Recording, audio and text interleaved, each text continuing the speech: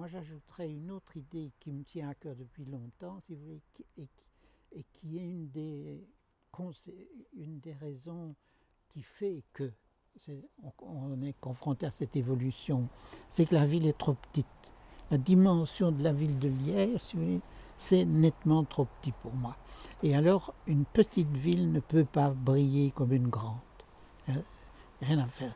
Les villes de demain qui seront célèbres sont des grandes villes. Et Liège est trop petite dans ce cadre-là. Et ça, c'est parce que politiquement, c'est organisé comme ça. Hein. Il y a un type qui s'appelle de Meyer, il y a un autre qui s'appelle Darten, un troisième qui s'appelle Mato. Ces trois-là veulent être le chef dans leur coin. Et imaginez que ça soit une ville, ça, une métropole, peu importe comment on l'appelle, et que ça soit Liège, qui est un chef, qui est peut-être des sous-chefs, mais sous-chefs qui doivent se discipliner à celle de l'ensemble, bien entendu. Ça, c'est le plus gros problème de Liège pour moi, c'est la dimension. Et alors, on ne sait rien faire. On n'arrive pas à avoir une vue générale de son aménagement, de la manière de l'organiser, de la traiter, d'y assurer la mobilité.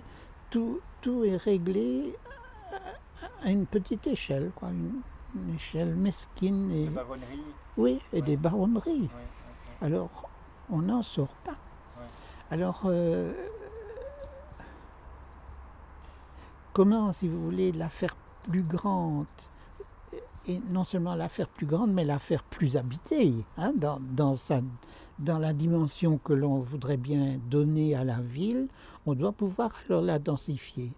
Et moi, j'ai des idées quant à la manière de la densifier, mais en essayant alors de respecter les terrains qui restent quand même, comme ce que vous dites rue du Péry. C'est vraiment ça, c'est criminel presque, hein, d'aller faire des maisons là, alors que c'est en plein centre, que c'est la vie du centre.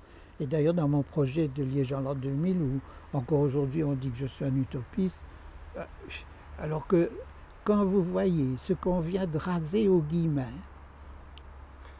à coût inimaginable, les gens ne savent pas ce qu'on a payé à tous les gens qui habitaient dans toutes ces rues-là. Personne n'a respecté, tellement ils ont touché des sous.